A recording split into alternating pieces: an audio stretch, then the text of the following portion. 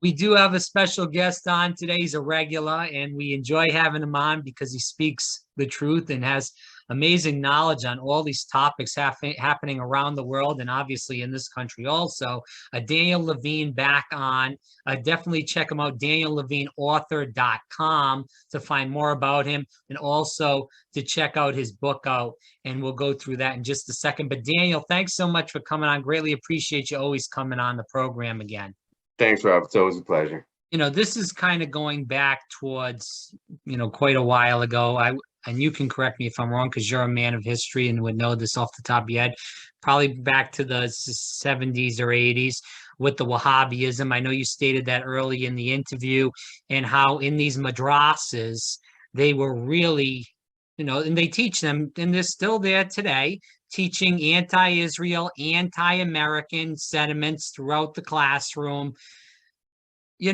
Can we, and I know this goes back to bin Laden and maybe even before that, and how that kind of really came about. Can you give the audience a little bit of an introduction to how these, how Wahhabism started, and also then maybe we can talk about these madrasas that are teaching really extreme antics against Israel and America? Yeah, so first of all, the history of Wahhabism. Obviously, in every religion, you have extreme sects, and the Wahhabi sect, simply the religious teachings of Wahhabism, is a form of Salafist, extreme Islamist teaching. You have the whole gambit. You have Sufism, for example, in Sunni Islam, that's very mystical and very joyful and very music-based, and then you have Wahhabism and Salafism, which are very extreme, very literal, a very harsh interpretation of the Quran, a very punitive one that interprets jihad as a physical war, whereas where the other strains of Islam don't look at jihad that way. They look at jihad more as a spiritual struggle within oneself, right? So Wahhabism adheres to a very militant, extreme interpretation. Now, the history of Saudi Arabia is such that when you have to look at the whole Arabic, Arabian, or Persian Gulf as a region of Bedouin nomadic societies with tribes that kept moving around. In the area of Saudi Arabia, there are a lot of vicious fights. I'm not going to get into the history all of that much, but basically the House of Saud was one of those powerful tribes that at some point conquered the land, including the holy cities of Mecca and Medina, the two holiest cities. The third holy city in Islam would be Jerusalem, which in Arabic is called Al-Quds, right? But the holiest one is Mecca, then Medina, then Al-Quds. And Mecca, Medina, also cities where a non-Muslim doesn't have access to into that region, okay? And the deal was that the House of Saud recognized that you had very powerful clerics, that in the Wahhabi, they were adherents to this Wahhab cleric. That's why I call Wahhabism, right? And they knew that if they wanted to cement their power as a tribe and control that whole territory, they needed to have some kind of an arrangement with these clerics so that they would support them too and not incite other tribes against them. And the deal that they had, therefore, is, hey, we become the ruling family in the region, the House of Saud, and in return, though, we will espouse as a national religion this very extreme form of Islam. That's the origin of why Wahhabism became dominant. Now, Saudi Arabia, like many countries in the Muslim world, was a different country before 1979, as I told you. Two things happened in 1979. You had the Islamic Revolution in Iran. Shah gets kicked out. You have a very extreme form of Shia Islam that comes to power with Ayatollah Khomeini. The first thing he does is he purges and kills everyone he didn't like, right? And it swept through the Arab world, including Pakistan and other places. And the other thing that happened is you had the attack on the Great Mosque in Mecca by Islamists. And that's where the Saudi royal family, the House of Saud, said, we've got a problem. And we have to make sure, if we want to stay in power, we got to solve this problem. And the way they solved the problem, I'm oversimplifying, but I'm giving you the answer to your question, is we'll export this problem to other countries. We'll support these madrasas all over the world that teach this extreme form of Islam with hatred towards the West, hatred towards Judaism, Christianity, hatred towards anyone else, and export that militant form of Islam so that it doesn't threaten us in our country. And so we're talking now 43 years in the making of this type of development. The Muslim world was a very different world before 1979. You talk about how close, George H.W. Bush is, I guess we should say, as far as his relationship with the Saudis. Yeah, I mean, look, again, I don't want to body slam the Bush family because I don't want to single them out Okay. for that. Prince Bandar was a very effective ambassador. He was in Washington for decades, and Hmm.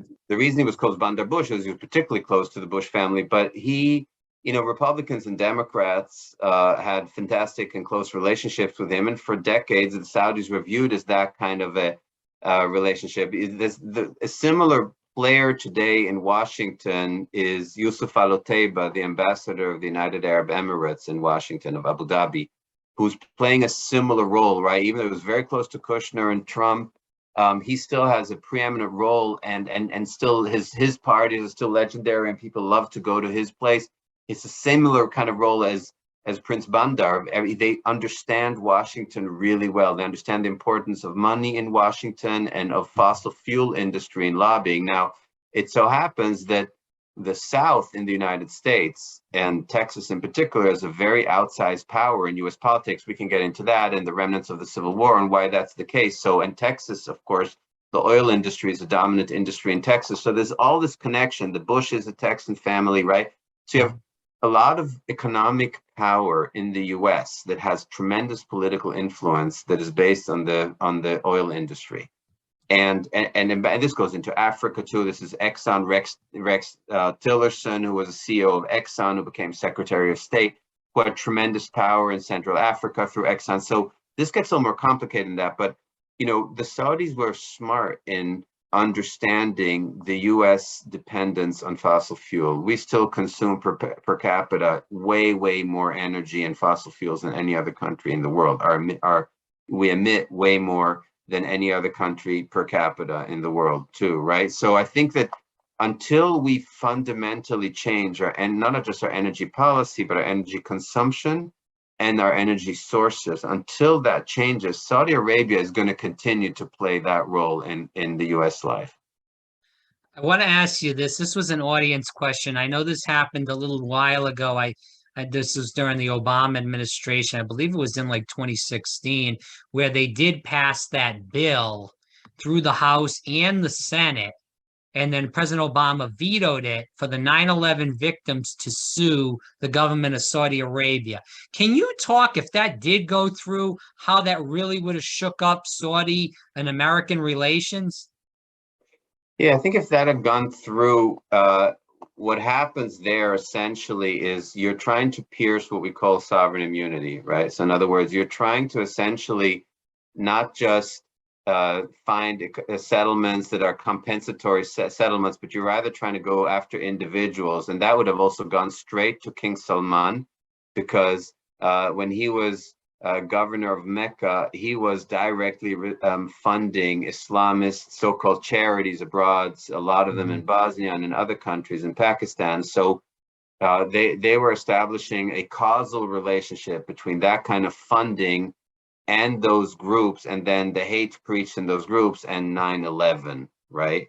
And so when you have that causal relationship, then you want to take away any sovereign immunity and say you can actually not just go after a state itself, but after those individuals. The problem is, if you do that, if you take away sovereign immunity, you're opening a Pandora's box here, because first of all, you're going to destroy your relationship. Absolutely. By the way, the same thing you see with the Magnitsky Act against the Russian politicians that Bill Browder has been pushing, right? That was adopted in the US. The question is, if you start going after not just oligarchs and military guys in Russia, but what if you go after Putin himself that way? Then suddenly you're putting heads of states as legitimate targets for these kinds of lawsuits. If you're doing that, the other thing that's going to happen is those countries are going to go after American heads of state. So then suddenly you're going to have lawsuits by millions of Arabs, in particular, and Iraqis, who say that they got devastated as a result of the two Gulf Wars, right? And the first one in the early 90s, and then the last one under Bush Jr., right? And suddenly they're going to go after the Bush family. So it's basically what you're going to have is a mutual war against heads of states. And so part of the vetoing is that the form of diplomacy, if you're going to go after members of the royal family in Saudi Arabia personally for their responsibility for that, suddenly you're opening up a whole different kind of battlefield where heads of states are fair game. I'm not saying you shouldn't go after them, but you have to understand that this is going to go in both directions also against American politicians. Yeah, and they would have went after Obama too, because he was in power while the Iraq was still going on, and the drone Right, and war. then you got extrajudicial killings, right? You got Yeah, the killing that Obama authorized of an American citizen of right. Yemeni descent, Anwar al-Awlaki, right? With a drone strike in Yemen, he was an American citizen. Suddenly, he gave the order for that. Is he liable for something like that? So, right, it gets very, very complicated when you take away that form of immunity. Again, I'm not advocating a position here, but one of the things that American politicians seem to struggle to understand is that these things go both ways, Yeah, right? That you can't just do it in one way. And I think that Obama, one of the odd characteristics of American politics, in particular under Trump, is the painting of Barack Obama as a far left politician, which is really odd because I think yeah, if you take away the racial aspect of it, that he's the first black president. In fact, on the scope of the Democratic Party, he's actually really a centrist in terms of his policies, right? So, and the fact that he did not want that bill to pass because he knew what the repercussions would be for U.S., not just U.S.-Saudi relationship, but U.S. relationships with many countries all over the world, was a very pragmatic decision. I'm not commenting on whether I think it's right or wrong, and it's easy for me to comment anyhow. I don't have the responsibility that he has, yeah. and I'll never understand the type of responsibility the president has to wake up to and go to bed to every night, right? This tremendous, tremendous responsibility. But he definitely was thinking in that regard, which is, do I really want to open that box? No, that's fair, and I think that was a good decision in general.